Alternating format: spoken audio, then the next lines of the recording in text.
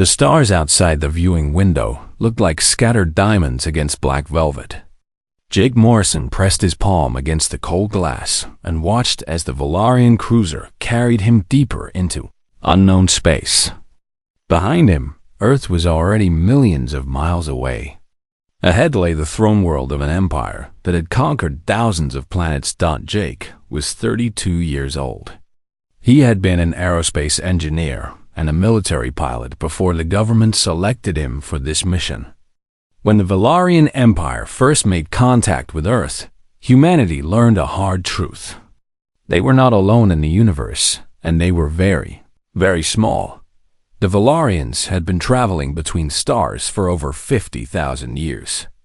They had built cities on moons and harvested energy from dying suns. Their technology was so advanced that human science looked like cave paintings to them. When their scouting vessels found Earth, they classified humanity as a Class 7 primitive species.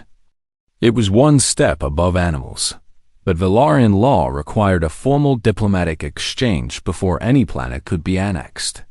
So they demanded an ambassador, and Earth sent Jake. The cruiser slowed as it approached the throne world. Jake saw a planet covered in crystal spires that reached into the clouds. Entire cities floated in the air, held up by technology humans could not understand. Rivers of light flowed between the towers, and ships moved through the sky like silver fish swimming through water. It was beautiful. It was terrifying.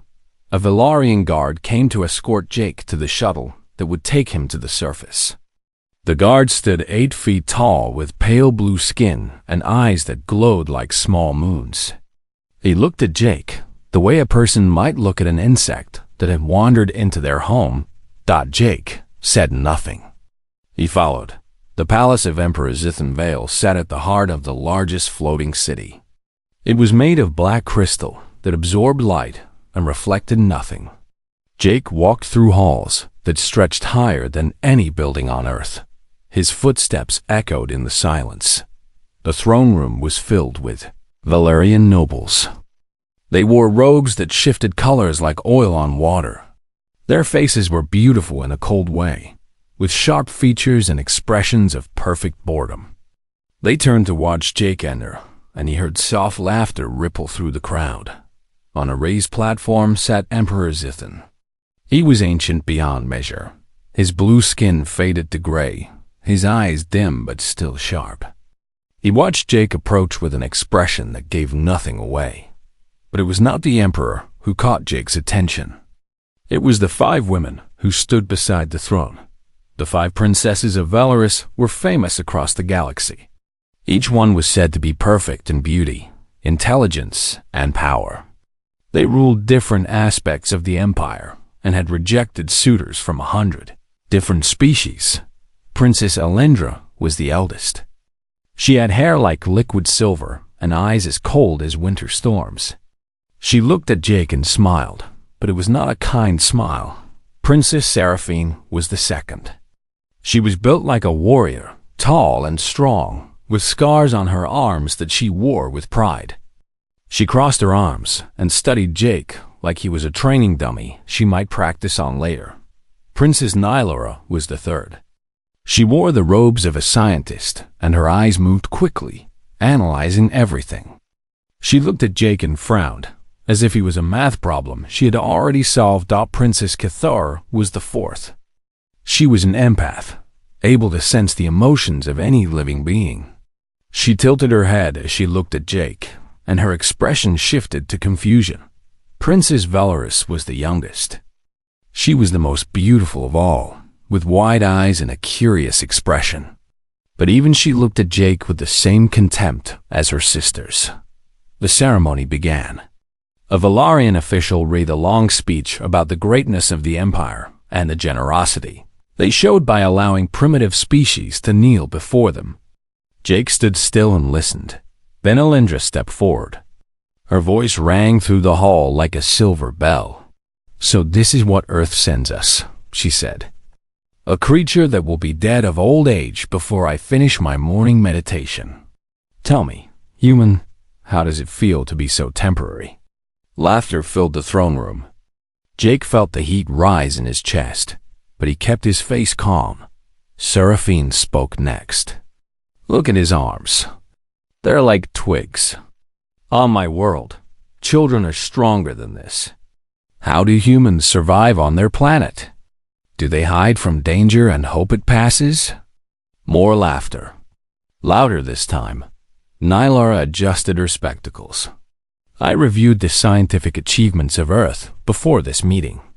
They have only recently discovered how to leave their own atmosphere. We were building starships when their ancestors were still learning to make fire. Their intelligence is barely measurable." Kithra closed her eyes and opened them again. His emotions are so loud, like a child who cannot control his feelings. Humans must be exhausting to be around. Their inner lives are chaos. Valeris simply shook her head. "I expected more. I thought perhaps Earth would send someone impressive. Instead, they send this ordinary creature." The nobles clapped politely at the princess's words. Jake stood in the center of the room, surrounded by mockery and contempt. Every face looked down at him with amusement or disgust, but Jake did not shout. He did not cry. He did not beg. Instead, he bowed his head slightly toward the princesses and said, "Thank you for the welcome, your highnesses. I look forward to learning more about your great civilization." The laughter stopped. The room went quiet. Emperor Zithon leaned forward on his throne, his ancient eyes fixed on Jake with sudden interest. In 50,000 years, he had seen countless ambassadors from conquered worlds. They always reacted the same way. They either groveled for mercy or raged against their humiliation. This human did neither. He simply stood there, polite and calm, as if the insults had not touched him at all. The emperor said nothing, but he made a small gesture with his hand. The ceremony ended. That night, Jake was taken to the servants' wing of the palace. His room was small and cold, with a hard bed and no windows. It was a deliberate insult, meant to remind him of his place. Jake sat on the bed and pulled out a small tablet he had brought from Earth. It contained everything he could find about Valarian language, culture, and technology. He began to study. Outside his door, a guard reported to Princess Alindra that the human had not complained about his quarters. He had simply started reading. Alindra frowned. "Strange creature," she murmured. Perhaps he is too stupid to understand the insult. But deep down, something bothered her. She had looked into his eyes when she mocked him. She had expected to see fear or anger or shame. Instead, she had seen patience, and something that looked almost like quiet determination. She pushed the thought away and returned to her chambers. He was just a human. He would break eventually. They all did. But that night, for the first time in centuries, Princess Alindra had trouble falling asleep. The summons came on a cold evening when the twin moons of Valaris hung low in the purple sky. A royal messenger appeared at Jake's door with a sealed note bearing the Emperor's personal mark. Jake was to come to the private throne room immediately. He was to come alone. Jake dressed in the simple clothes he had brought from Earth, refusing the fancy robes the palace had offered him. He walked through the empty corridors, his footsteps echoing in the silence. The guards at the throne room doors stepped aside without a word. Emperor Zithon sat on a smaller throne in this private chamber. There were no nobles here, no witnesses, no guards inside the room itself. The ancient king looked older than Jake had ever seen him, his gray skin almost transparent, his glowing eyes dim and tired. "Sit," Zithon said, gesturing to a chair across from him. "What I am about to tell you has never been shared with an outsider." Jake sat down and waited. The Emperor closed his eyes for a moment, gathering his thoughts. The Valarian Empire is 50,000 years old. We have conquered galaxies. We have built wonders that lesser species cannot imagine. But we are dying, Jake Morrison. Slowly, quietly, my people are fading away. Jake leaned forward. Dying how? Our genetics have become stagnant. Zithan opened his eyes, and Jake saw deep sadness in them. When a species lives as long as we do, evolution slows down. We stop adapting. Each generation becomes slightly weaker than the one before. Our birth rates drop. Our children are born with fewer abilities. In another 10,000 years, there will be no Valorians left. The weight of this secret pressed down on the room like a heavy blanket. An empire that ruled the stars was slowly crumbling from within. My 5 daughters are the last hope, Zithan continued. They carry the strongest bloodlines remaining. If they produce heirs with the right genetic partner, the dynasty might survive. But every suitor we have considered has failed. Every species we have tested lacks what we need. Jake felt a strange coldness spreading through his chest. He was beginning to understand where this conversation was going. Humans, the Emperor said slowly, are remarkable. Your scientists discovered this when they studied your genetics. You are the most adaptable species we have ever encountered. Your DNA changes rapidly. You evolve within generations, not millennia. You survive conditions that would kill other species. Your bodies are weak, but your genes are incredibly strong. Zithan leaned forward, his eyes suddenly bright and intense. I have watched you, Jake Morrison. You completed trials that should have destroyed you. You won the respect of my daughters, each in her own way. You carry within you the potential to save my dynasty. The silence stretched between them. Jake felt his heart pounding. What are you asking me? He said quietly. I am commanding you, Zithan replied. By royal decree, you will father heirs with all 5 of my daughters. Your human genetics will combine with Valerian bloodlines to create a new hybrid dynasty. Children who are strong and adaptive. Children who can lead this empire into the future. Jake stood up so quickly that his chair fell backward. You want me to marry all 5 princesses? Marriage is a human concept. Valarians form bonding unions, which are deeper and more permanent. But yes, that is the essence of my command. And what do your daughters think about this? Zithan's expression did not change. They will be informed after you accept. Jake ran his hands through his hair, trying to process what he was hearing. This was madness. This was impossible. He was just one man from a small planet. He was not meant to become consort to 5 alien princesses. What happens if I refuse? He asked. Then you return to Earth with a treaty of peace. Your planet will be protected from conquest for 1,000 years. You will be honored as a successful ambassador. Zithan paused. But you will never see any of us again. And my daughters will continue searching for suitors who do not exist. Jake walked to the window and looked out at the floating cities. The crystal towers glowed with soft light. Somewhere, out there, 5 women were living their lives without knowing that their futures were being decided in this room. If I accept, Jake said slowly, what happens to Earth? Earth becomes a permanent ally of the Empire. Your people gain access to our technology, our knowledge, our protection. No species would dare threaten a planet connected to the Valerian bloodline. Humanity's place among the stars would be secured forever. The choice was clear, but it was not simple. Jake thought of his home, his duty, the billions of people counting on him to represent them well.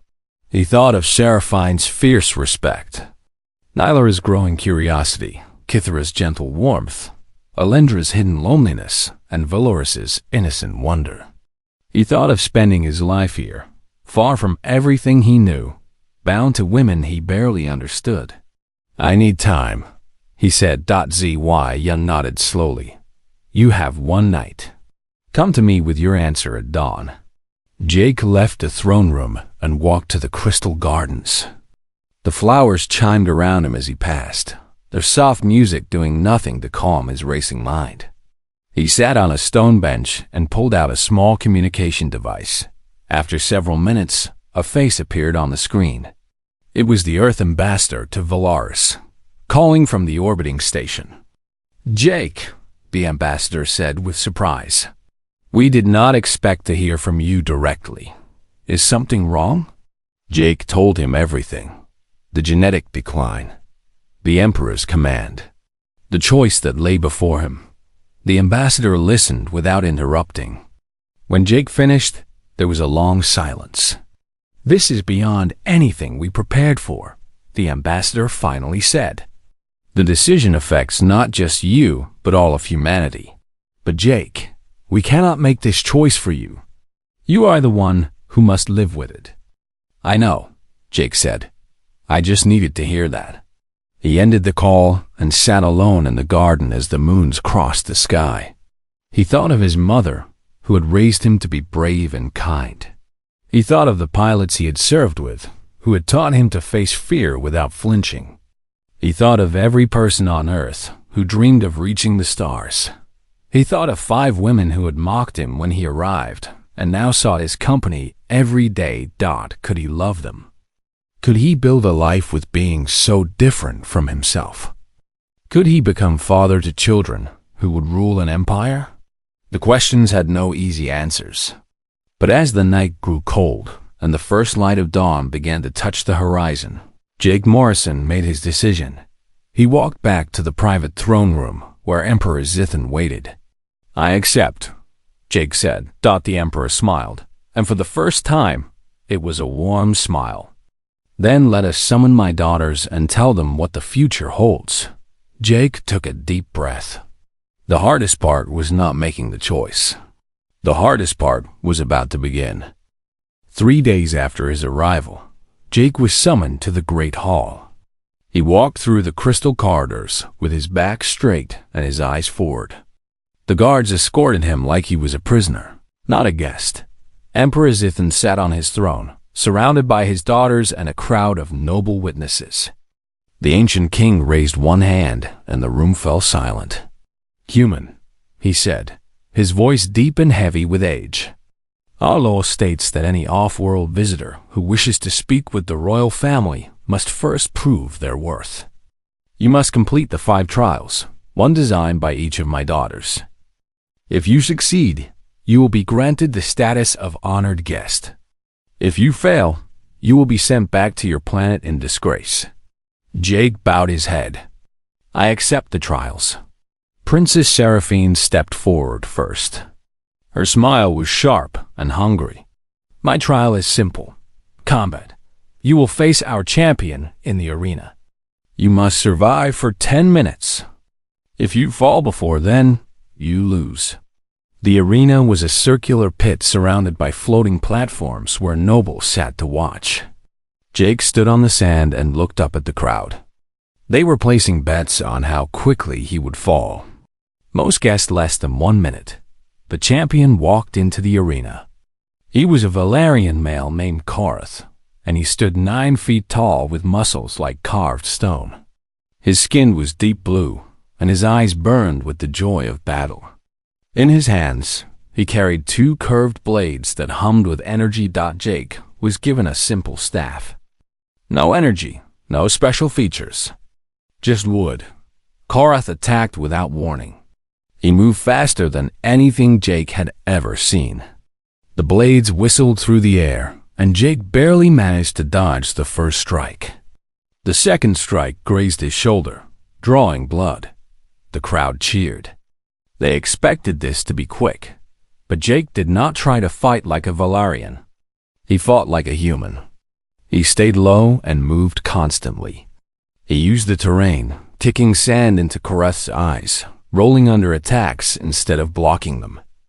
When Korath cornered him against the wall, Jake climbed up and leaped over his head, striking the back of his knee as he landed.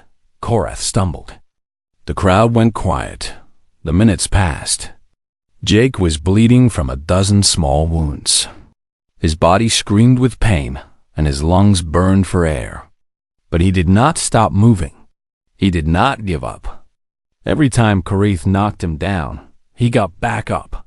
When the bell rang to mark 10 minutes, Jake was on his knees, barely conscious. But he was still there. He had not surrendered. Sci-Fi stared at him with an expression she could not name. Technically, he had lost.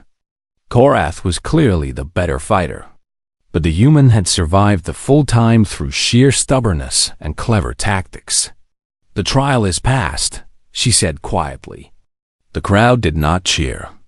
They were too confused. The second trial came from Princess Nylara. She led Jake to her laboratory, a vast chamber filled with floating screens and strange machines. In the center sat a puzzle made of interlocking crystal pieces. "This is a Valarian logic construct," Nylara explained. "Our children solve it in 6 hours.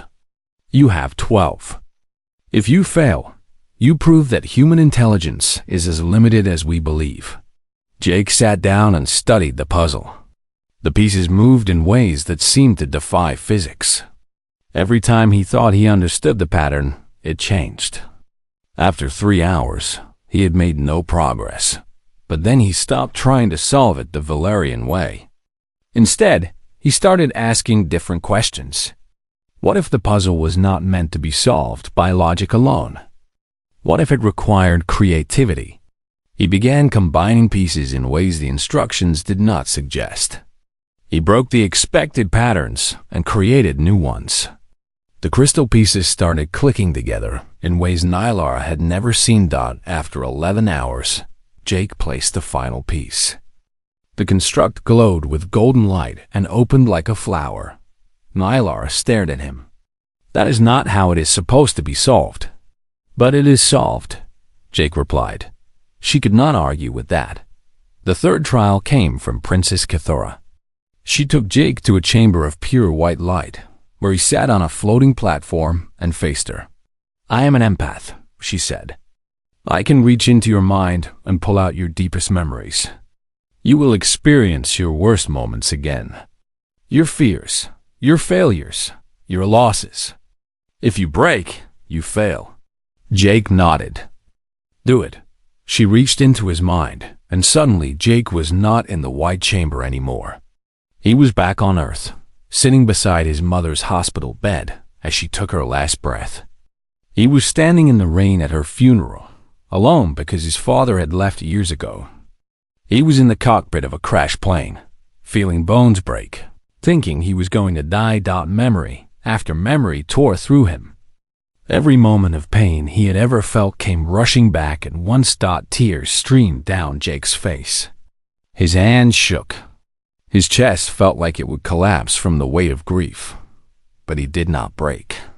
He faced each memory directly. He accepted the pain instead of running from it. He let himself feel everything, and then he let it pass.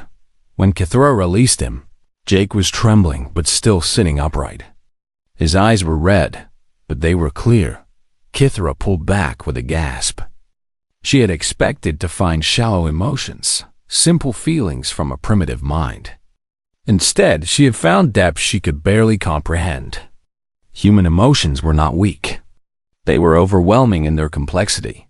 "You pass," she whispered. The fourth trial came from Princess Alendra. She presented Jake with an ancient scenario from Valarian history. A political problem with no right answer. A king had to choose between saving 1,000 citizens or saving his own child. "Answer correctly," Alendra said, "and you pass." Jake thought for a long time.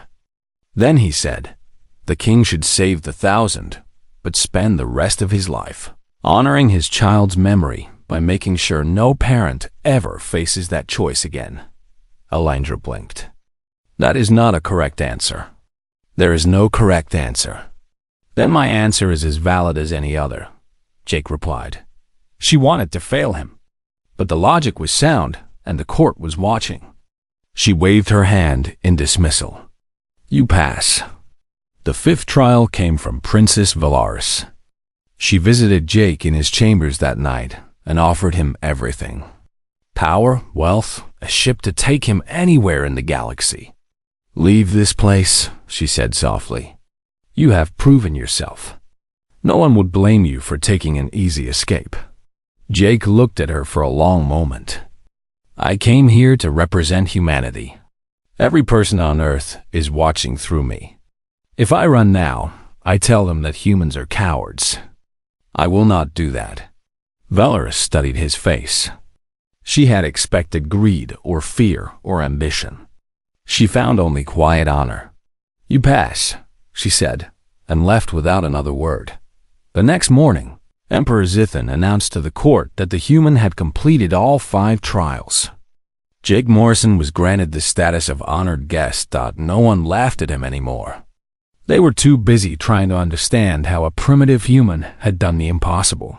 And in their private chambers, 5 princesses found themselves thinking about Jake Morrison in ways they had not expected.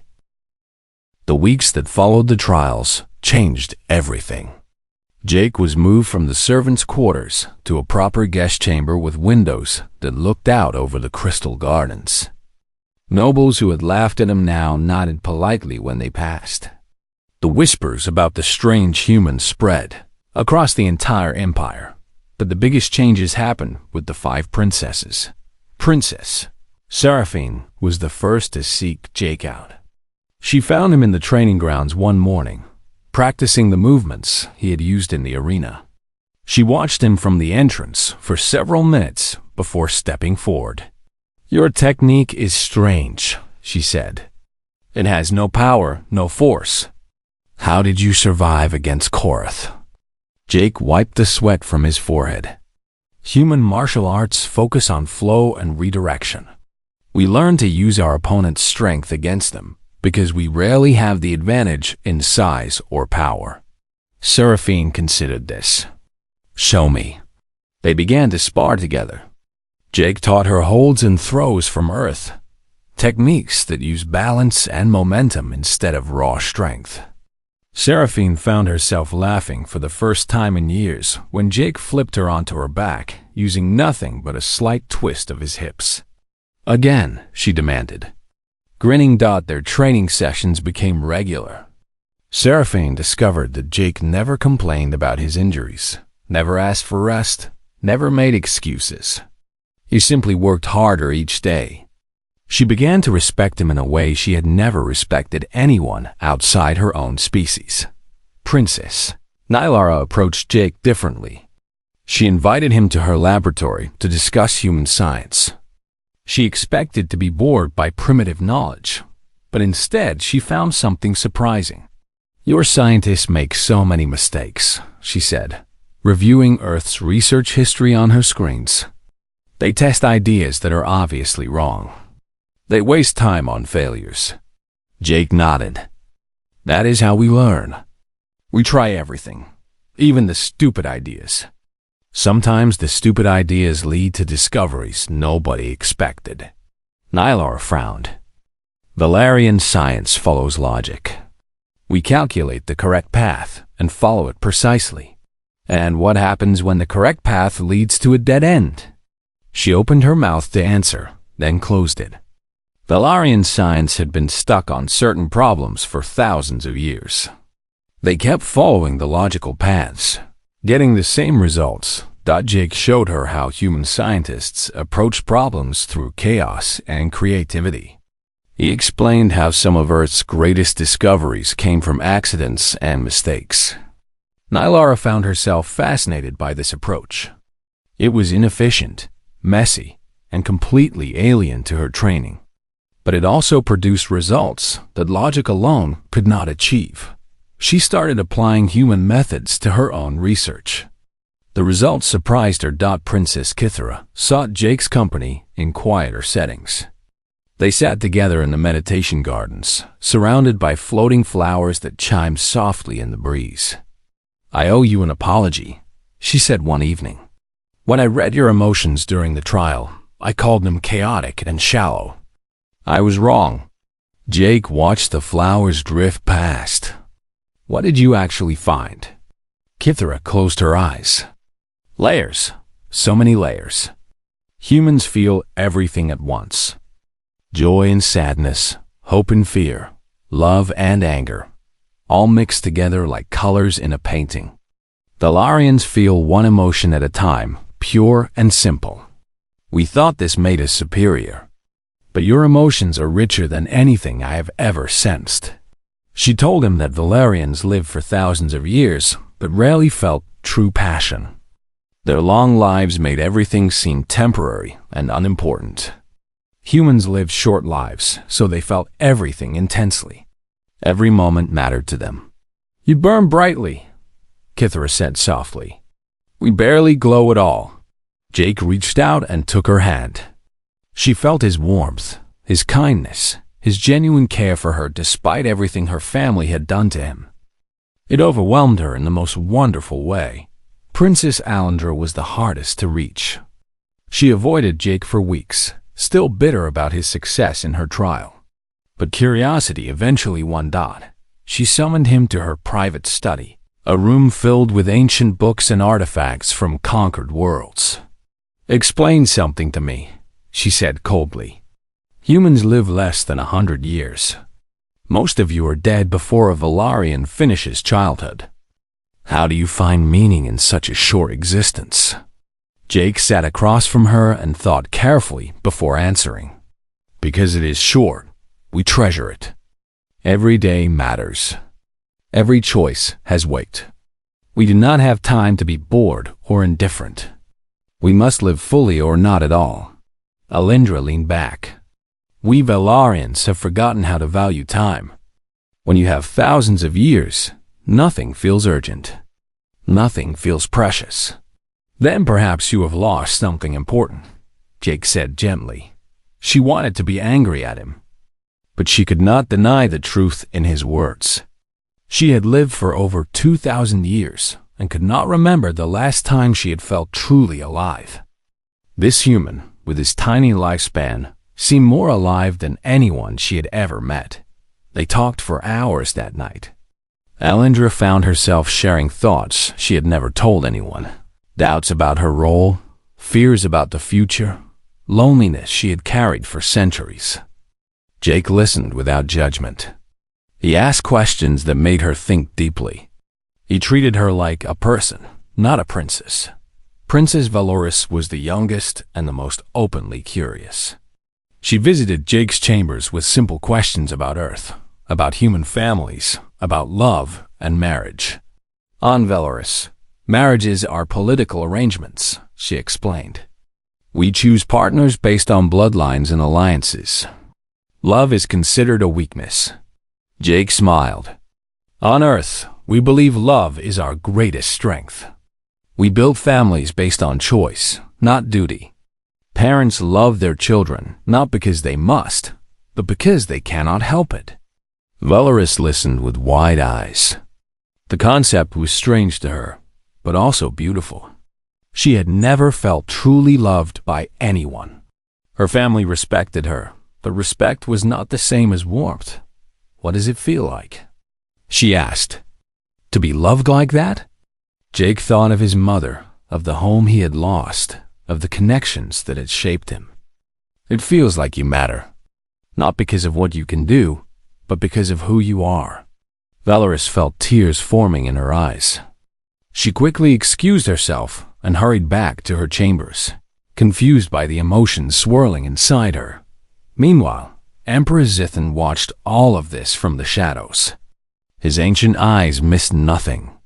He saw how each of his daughters had begun seeking out the human. He saw how their attitudes had shifted from contempt to curiosity to something deeper. The Emperor had a problem. His dynasty was dying. 5 daughters with no worthy suitors meant no heirs. Every noble house produced weak children. Every allied species lacked the qualities the royal bloodline needed. But this human, this Jake Morrison from the primitive planet called Earth, he was adaptable. He was resilient. He was emotionally complex. His genes carried potential that Valarian science could not replicate. Emperor Zithan began to form a plan, and in their separate chambers, 5 princesses lay awake at night, thinking about a human who had somehow become the most interesting person on their entire planet. The 5 princesses stood in the private throne room, their faces showing different shades of shock. Emperor Zithan had just finished explaining his command. Jake stood beside him, watching their reactions. Alindra's face went pale with fury. You expect me to bond with this human? To bear his children? Father, this is an insult to our bloodline. Seraphine said nothing, but her jaw was tight. She crossed her arms and stared at Jake, as if seeing him for the first time. Nylara pushed her spectacles up her nose. The genetics are interesting, I admit. But surely there are other options we have not explored. Kiefer reached out with her empathic senses and felt the emotions in the room. Her father's desperate hope, her sister's confusion and anger, and Jake's quiet acceptance mixed with genuine nervousness. Valeris just looked at Jake with wide eyes. She did not seem angry, only surprised. There are no other options, Zithan said firmly. I have searched for 1,000 years. This human carries what our bloodline needs. But I will not force this upon any of you. Valarian bonding unions require willing consent from both parties. Jake has agreed. Each of you must choose for yourselves. Alindra turned and swept out of the room without another word. The other princesses followed slowly, each lost in thought. Jake let out a breath he did not know he had been holding. The Emperor placed a hand on his shoulder. Give them time, Zithan said. They need to understand what you understood last night. This is not about politics or duty.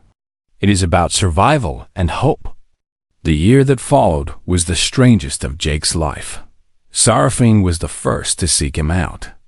She challenged him to a spar in the training grounds, and this time she fought harder than ever before. When they finished, both of them bruised and breathing hard, she looked at him with fierce eyes. If I bond with you, she said, I need to know you will never be weak. I need to know you will stand beside me in any battle. I cannot promise to be as strong as you, Jake replied honestly. But I can promise to never give up. She studied his face for a long moment. Then she nodded once and walked away. But there was something different in her eyes now. Something like acceptance. Nylara invited Jake to her laboratory that same week. They worked together on a research problem that had puzzled her for decades. Jake suggested an approach so strange that she laughed out loud. But when they tested it, the results exceeded all expectations. You think differently than anyone I have ever met, she said, looking at him with new respect. Our children would inherit that. They would see solutions that pure Valarians could never imagine. She did not say yes, but she stopped saying no. Kithara found Jake in the meditation gardens. She sat beside him and took his hand without speaking. Through the touch, she shared her emotions directly with him. Her fear of losing herself in a bond. Her loneliness despite being surrounded by people. Her growing affection for him that she did not know how to express. Jake shared back. His uncertainty about this strange path. His genuine care for her and her sisters. His hope that they could build something real together. When they separated, Kithara had tears in her eyes. But she was smiling. Valeris was simple. She came to Jake's chambers one evening and asked him to tell her stories about Earth. He talked for hours about his childhood, his mother, his friends, his dreams. She listened to everything with hungry attention. No one has ever talked to me like this, she said when he finished. Like I matter. Like my thoughts are important. Because you do matter, Jake said. And your thoughts are important. She blushed, a soft purple color spreading across her cheeks. I choose you, she whispered, and fled the room before he could respond. Alindra was the last. She avoided Jake for months, refusing to speak with him, refusing to acknowledge his existence. Her pride would not allow her to accept what she saw as a humiliation. But late one night, Jake found her alone in the throne room, sitting on the steps of her father's throne with tears streaming down her face. 2,000 years, she said without looking at him. I have lived for 2,000 years and accomplished nothing. I have pushed away everyone who tried to get close. I have made myself cold because I was afraid of being hurt. Jake sat down beside her. He did not try to touch her or comfort her. He just waited. My father is dying, she continued. I can see it. He has maybe 100 years left. After that, who will lead? Me? I cannot even lead myself. You are not alone anymore, Jake said quietly. That is what I have learned since coming here. Humans are weak by ourselves, but together we become strong. You do not have to carry everything alone. Alindra finally looked at him. Her silver hair was messy, her perfect composure broken. But in that moment, she was more real than she had ever been. Why would you choose this life? She asked. You could have gone home. You could have lived out your years in peace. Because some things are worth sacrificing for, Jake said. Your people, my people, the future we could build together. That matters more than my comfort. Something shifted in Alindra's eyes. She reached out and touched his face, feeling the warmth of his human skin. I choose you, she said. Not because my father commanded it. Because you are the first person who has seen me. The real me. And you stayed anyway. The bonding ceremonies happened over the course of 1 year, each one unique to the princess involved. Seraphine's ceremony was held in the arena where they had fought. Nyla's took place in her laboratory surrounded by her greatest inventions. Kidura's was performed in the meditation gardens under the twin moons.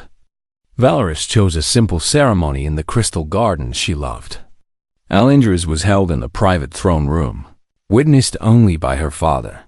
The galaxy watched in disbelief as a human from a primitive planet became consort to all 5 Valorian princesses. News spread across 1,000 worlds. Species that had dismissed humanity began to reconsider. Within 3 years, children were born. Each one carried traits from both parents. They had Valerian grace and power, but human curiosity and emotional depth. They adapted quickly and learned faster than any pure Valorian child in history. Emperor Zithan held his grandchildren and smiled with pure joy. Earth was elevated to protected status within the Empire. Human scientists gained access to Valorian technology. Human artists and philosophers became celebrated across the stars. The species that had once been classified as primitive was now connected to the most powerful dynasty in the galaxy. Jake Morrison never returned to Earth permanently. He became Prince Consort of Valoris, father to future rulers, husband to 5 remarkable women. His name was recorded in the history of the Empire, alongside the greatest figures who had ever lived. On quiet evenings, he would stand in the crystal gardens and look up at the stars. Somewhere in that vast darkness, Earth continued spinning around its small yellow sun. His home would always be there, protected now, proud and growing. The princesses who had once mocked humanity now defended it fiercely. Their children grew up hearing stories of Earth, of human courage, of their father who had walked into an empire of giants and refused to be small. And in the end, that was what humanity had always done. When the universe said they were too weak, too primitive, too temporary to matter, humans simply refused to believe it. They kept going. They kept fighting. They kept loving. Jake Morrison smiled as his youngest daughter ran across the garden toward him, her laughter mixing with the chiming flowers. The universe had tried to make him feel small. Instead, he had become part of something infinite,